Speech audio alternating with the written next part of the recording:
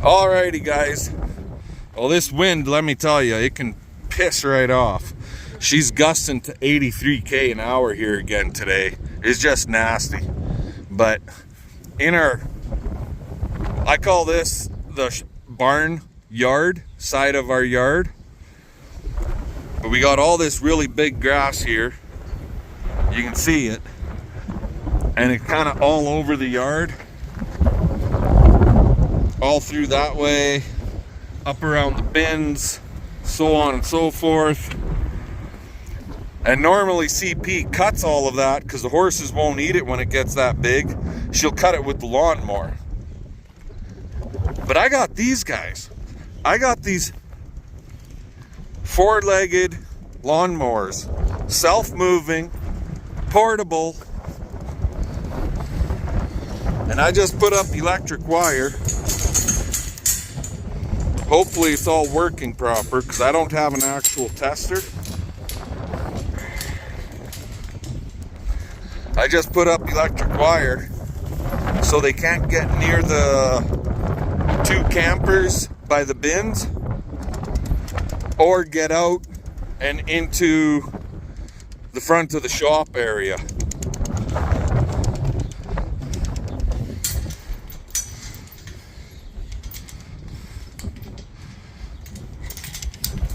So we're gonna bring these girls, these portable lawnmowers, into the front of the barn, and then I'm gonna let them trail out into the yard area. I'll bring you guys back in a little bit. This wind is just friggin' horrendous today. Alrighty guys, so I don't know if you guys remember, but this grass right here used to look like that grass right there, but it don't look like that anymore. It was all really big all through here. Those girls out there have done a heck of a job of cleaning up this grass. And well, the electric wire is right there, so they can't get to the campers. Now the grass is big right on the fence line, but can't do much about that. Grass is big in the trees, but we don't mow the grass inside the trees. But there is still lots of chewing for them. I'd say another day, 2 days maybe, for them to chew it right down to absolutely nothing.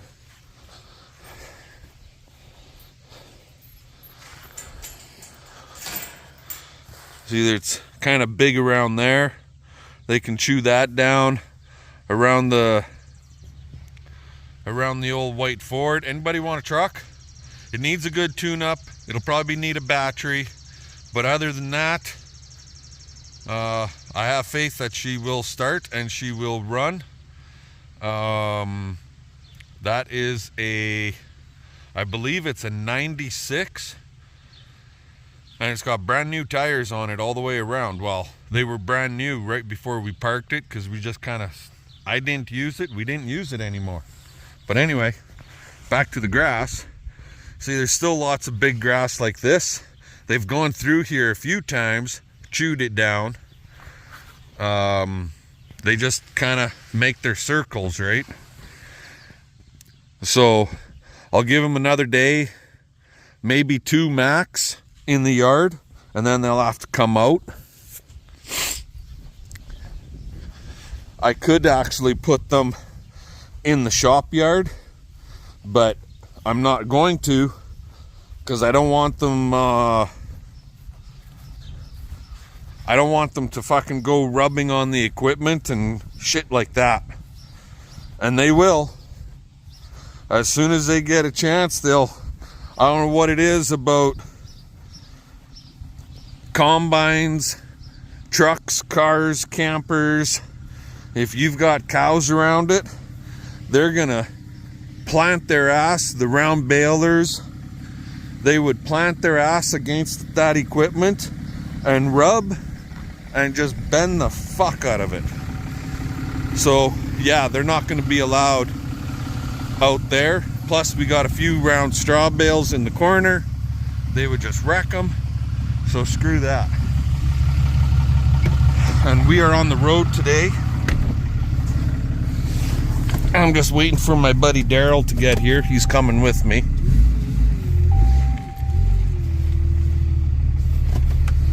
We're gonna go pick up a new to the BCP Farm and Trucking Ranch piece of equipment.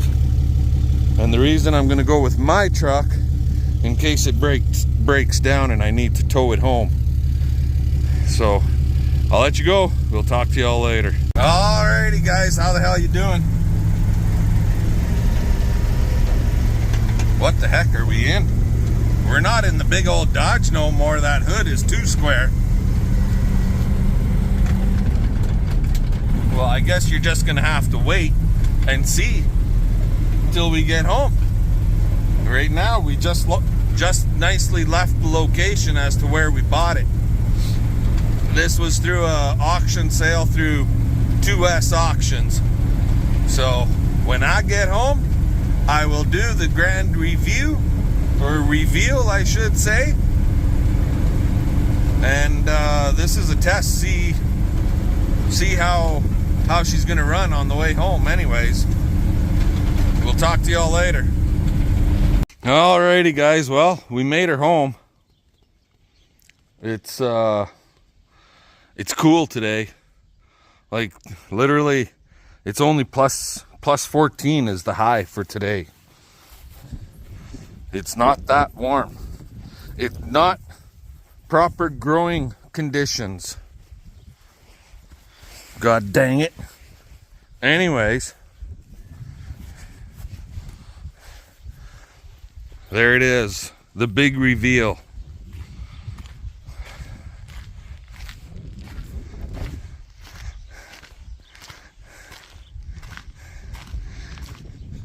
Auction sale number 42 from 2S Auctions. This is the Machowski sale that was held south of Wolseley, north of Candiac. 6500 series V8. It's a 366. Tires have all been upgraded. The rims, wheels have all been upgraded to 11/22/5s. Like the steer tires, see that guys? Both sides are like goddamn brand new. The drives, same thing, 11/22s. Like, there's a lot of tread in there. Ceylon, whatever the hell that is, some Japanese, Chinese. Look at these type of tires.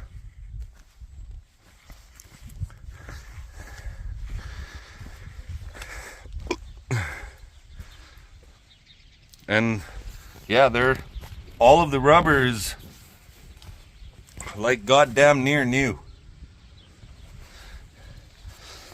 That's the fuel tank that we use.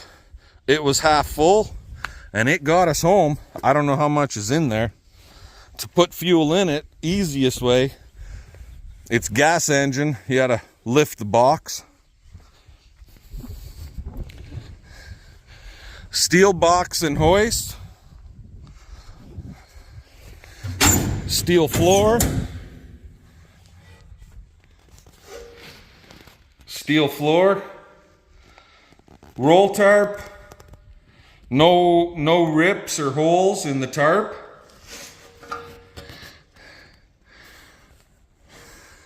There's a little bit of more so on this side where crud got in here and rusted this a little bit, but it's not bad. I'm thinking I could blow a lot of that out with a pressure washer, I'm hoping. And we could re-silicone the bottom seam So it's got a little ding in the door right there. The lights, as far as I know, all work. I haven't actually tried them. But the bad rust spot is right there. Right in the rocker panel. Under the door on the passenger side. The 1976 GMC 6500 with a 366. And it's a High Sierra cab pattern. So, yeah. And there's some mouse turds in it, I'm not going to deny. I gotta get in here and give her a damn good cleaning. Get that stinky mouse smell the hell out. You can see they were enjoying stuff in there. But the windows are, the windows are all crank.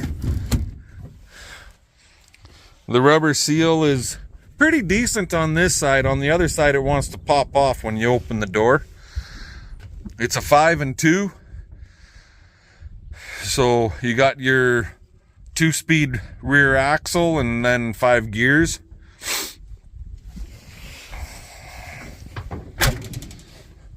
I don't know what else I can tell you guys. I know coming home, providing the gauges all work properly, coming home, the temp gauge right here, it never really moved. It stayed about 110 the whole goddamn way. So whether that some bitch is actually working or not, I have no idea. The oil pressure gauge, it got up to, well, max is out at 80, so it was sitting around 40, 45. It was straight up and down. So this one, it was straight up and down. The amps, it was straight up and down the way you see it. Whether that's working or not, I don't know. Let's pull the lights. On, on, on, on, on, on. Look at that. On. Little LEDs. That's on. That one's on.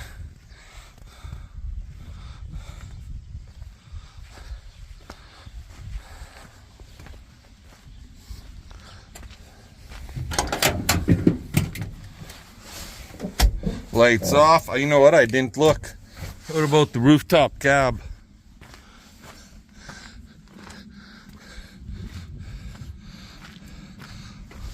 I think that one up there is burnt out. I don't see it on. But the other ones are all on. The mirror lights. This one is actually on. I can see it. See that? It's dirty. It needs a damn good cleaning on the cover, but it's on. The one on that side, it's not working. So, for whatever reason, this one's not working. Not that that's that big of a deal. Don't really need them anyways.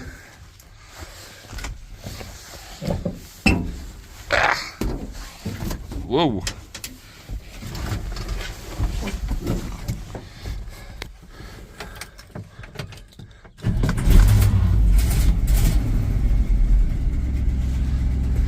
She fires right up and she stays running.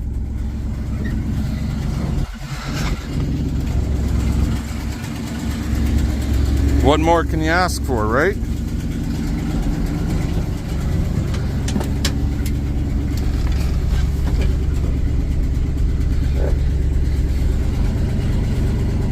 PTO.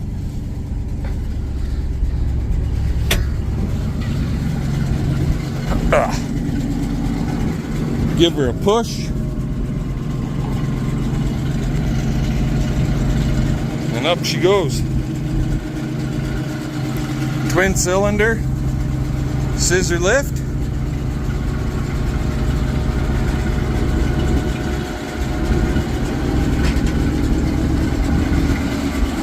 The PTO's doesn't appear to be leaking or nothing like that.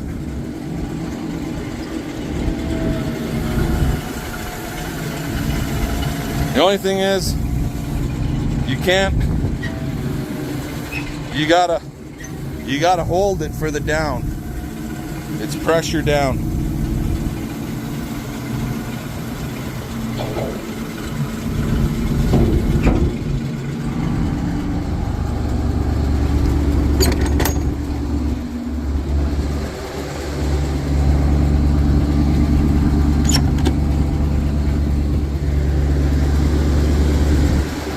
This might be difficult with one hand.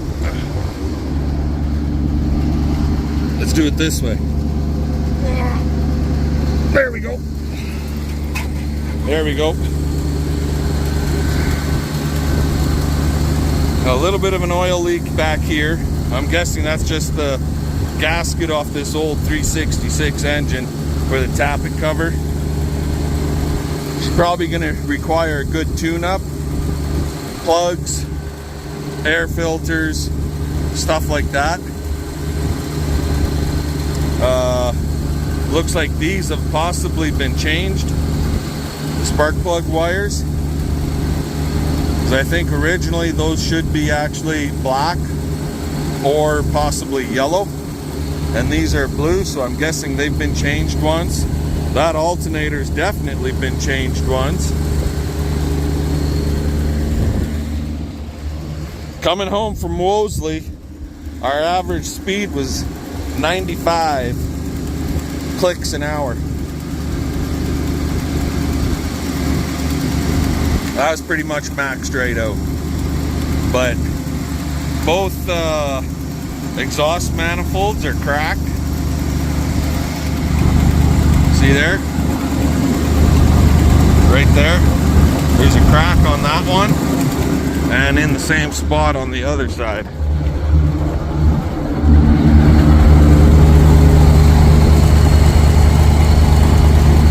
I don't think that's going to be that big a deal.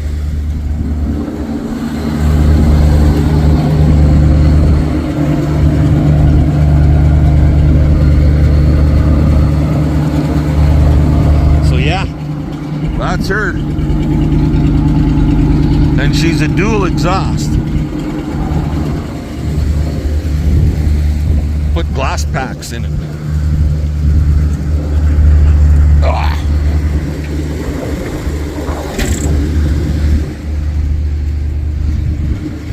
So that's the big reveal. BP and CP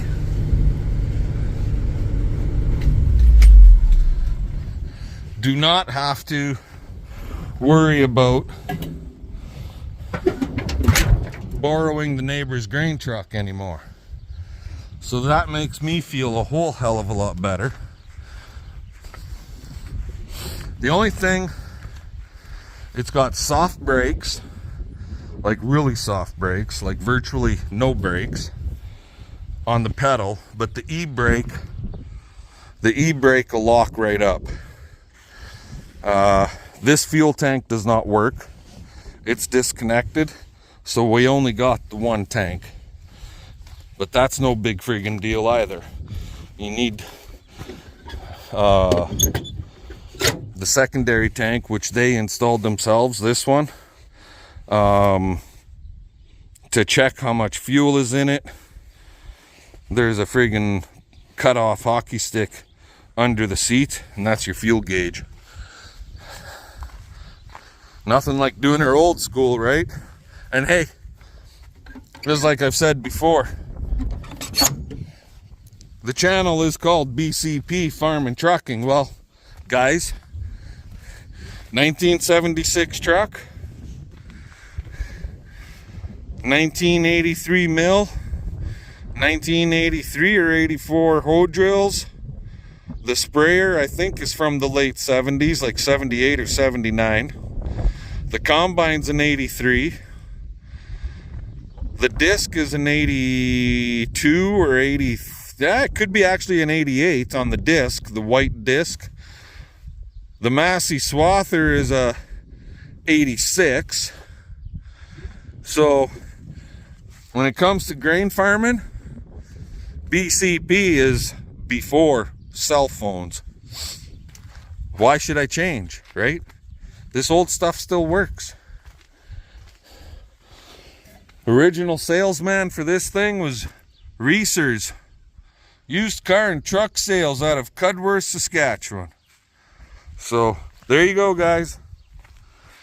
The radio don't work worth a shit, but everything else works, and that's the main thing, right?